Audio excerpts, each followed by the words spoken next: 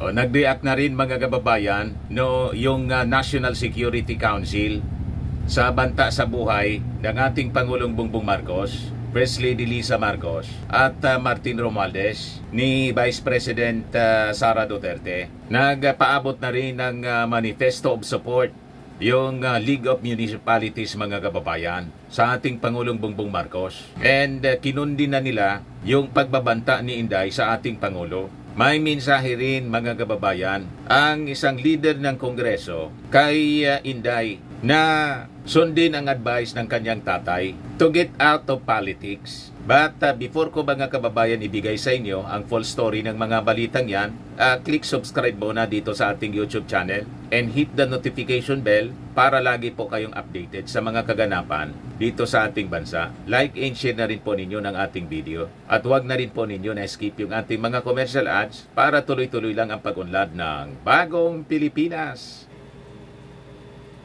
At itong ating programa mga kababayan, atid sa inyo nitong ating mga sponsors.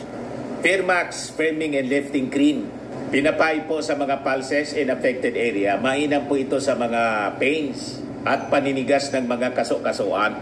Ito sa mukha naman yung application, anti-aging, Automax po siya. Ito ay Glow 60 mga kababayan. Whitening po siya. Made in South Korea. Ito naman po, Nengxia Red Mixed Fruit Drink. Gawa po siya sa goji berry. May anti-cancer properties po siya. At sa mga nagana po ng malinis and spacious fitness gym, pumunta lang po kayo sa aming Colossal Fitness Gym.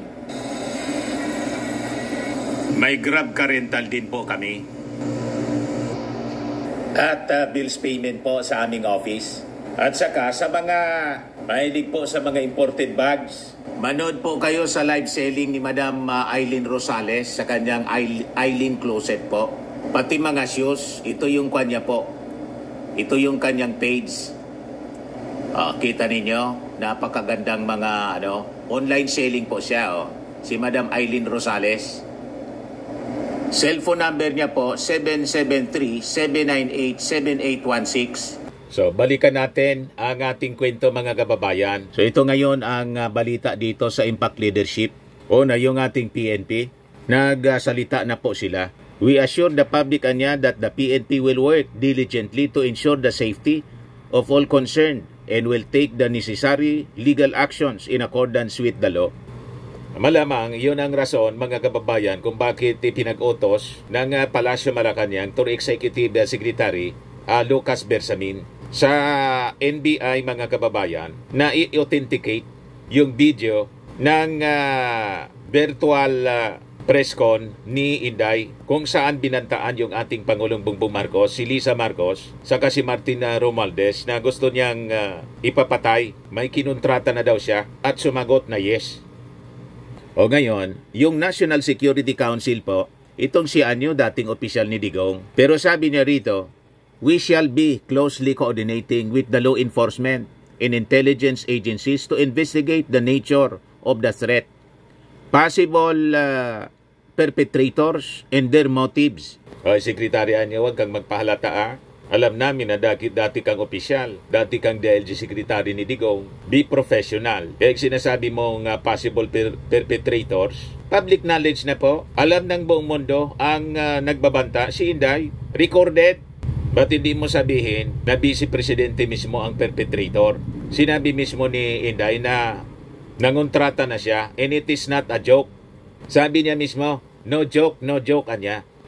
Sabi niya, we underscore that the safety of the President is a non-partisan issue and we stand united in our commitment to upholding the integrity of the office and the democratic institutions that govern our great nation. So, maalata man po kayo namin ng buong mamamayang Filipino at lalo na ng ating Pangulo, depende yan sa inyo pong mga aksyon. Pag alatado kayo na you are siding with the Duterte at tumatanaw, dahil tumatanaw kayo ng utang na loob, malamang sa malamang, masibak kayo dyan sa posisyon bilang National Security Advisor.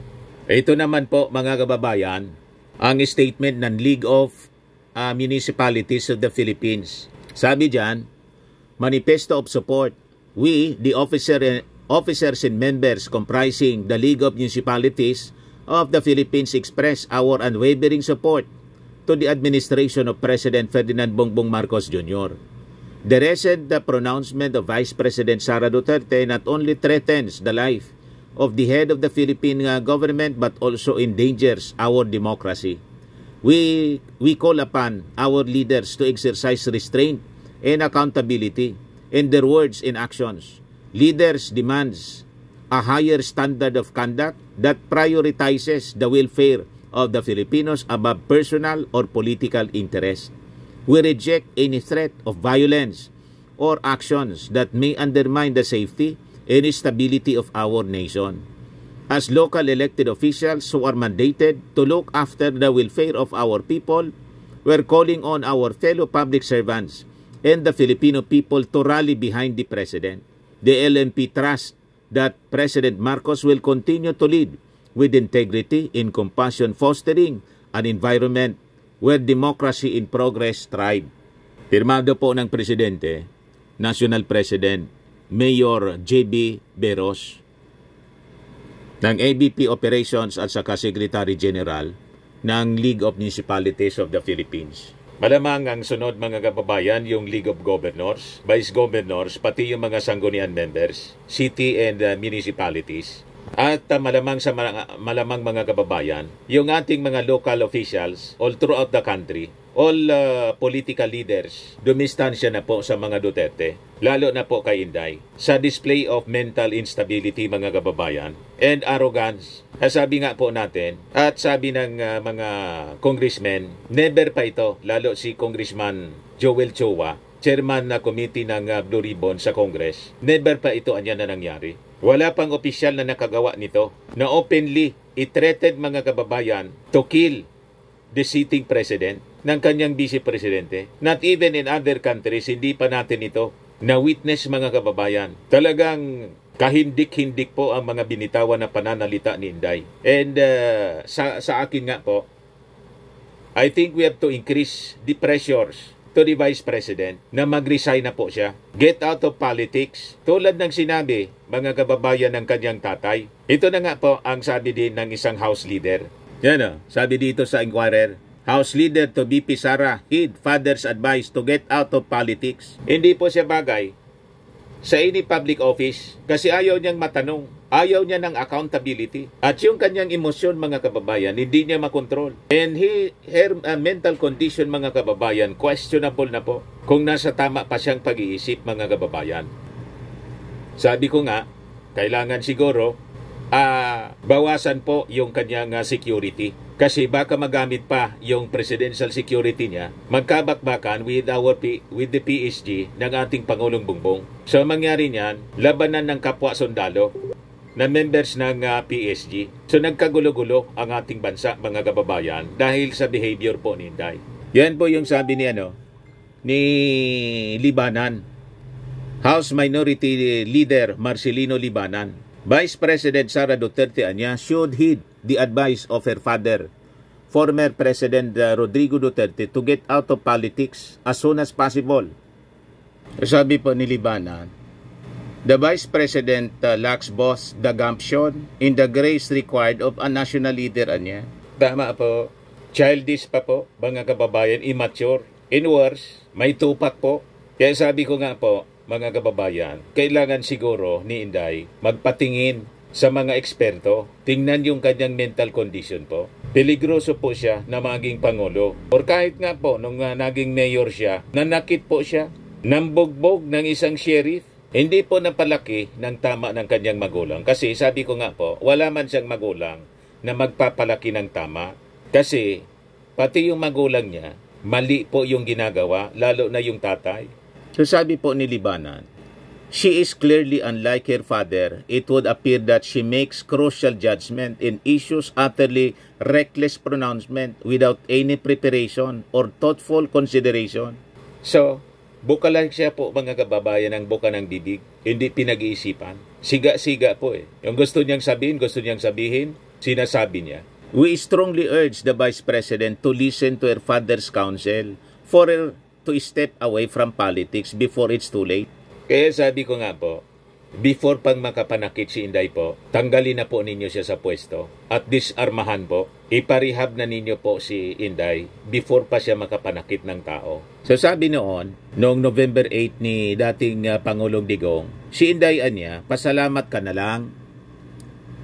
Pasalamat ka na lang sa Diyos na ang tatay mo naging presidente, ikaw naging vice presidente, vice president. Birang-bira yan, bira sa isang pamilya. Hindi lahat ng pamilya sa Pilipinas. Pasalamat na lang tayo. Now, as fast as you can, get out of politics. Tama yung kanyang tatay. Siguro, siyempre, kilala niya si Inday. Mas malala sa kanya si Inday, mga kababayan. And once nasabi ni Digong, mas takot daw siya kay Inday. Diba? Narinig natin yan sa kanya noong presidente pa si Digong. Pero sabi nga po, kung ano ang puno, siyang bunga, like father, like daughter. Saan managmana ng ganyang karaskal na ugali, kagaspang mga kababayan na ugali si Inday, kundi sa kanyang tatay. He also urged his daughter to focus on other pursuits such as earning a living through her profession or running a business. So mas maganda lumabas na po talaga sa politika si Inday. Conforme ako sa sabi ng kanyang tatay, although hindi ako naniniwala na seryoso yung kanyang tatay kasi double speak po palagi si Digong. Iba yung sinasabi sa kanyang ginagawa. Pero yung advice ni Dibanan na umalis na sa politika si Inday, tulad ng kanyang tatay, yung interpretation kasi ni Libanan, sincero si Digong sa kanyang sinasabi. Dapat yun sundin. Talaga po ni Inday. Kung hindi po, ito na nga po, mismong si Inday, sinira niya yung kanyang sarili, mga kababayan, sa pagiging reckless sa kanyang mga pananalita at hindi niya makontrol na emosyon at pagiging bartenela niya na ayaw siya, mga kababayan, na pinagsasabihan at may sarili siya, mga kababayan, na mundo na ginagalawan kung saan siya po ang hari. Pati nga sa impyerno, gusto niya maging presidente. Lalo pa, yung kanyang mental condition now is under question. Kung nasa tama pa ba, mga kababayan, yung vice-presidente sa kanyang pag-iisip, na imagine, publicly, trinetin niya yung binantaan yung ating Pangulong Bongbong to kill, kasama yung kanyang asawa, pati si Martin Romualdez. All because of the issue ng confidential funds na siya man lang po ang may gawa. Siya yung gumastos, mga kababayan, ng confidential funds nang walang pakundangan, hindi niya ma-justify. Kaya iniiwas niya yung kanyang mga opisyal na nadamay po dito sa investigation.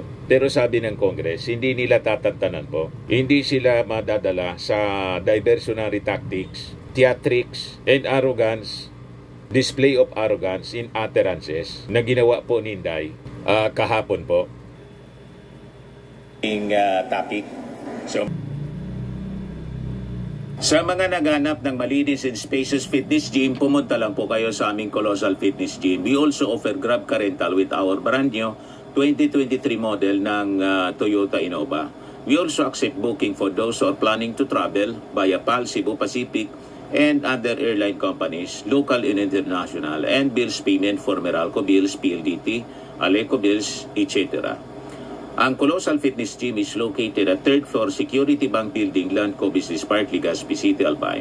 For inquiries, look for Chilon Maravillas. Contact number 0966-802-0949. Yan yung aming Innova.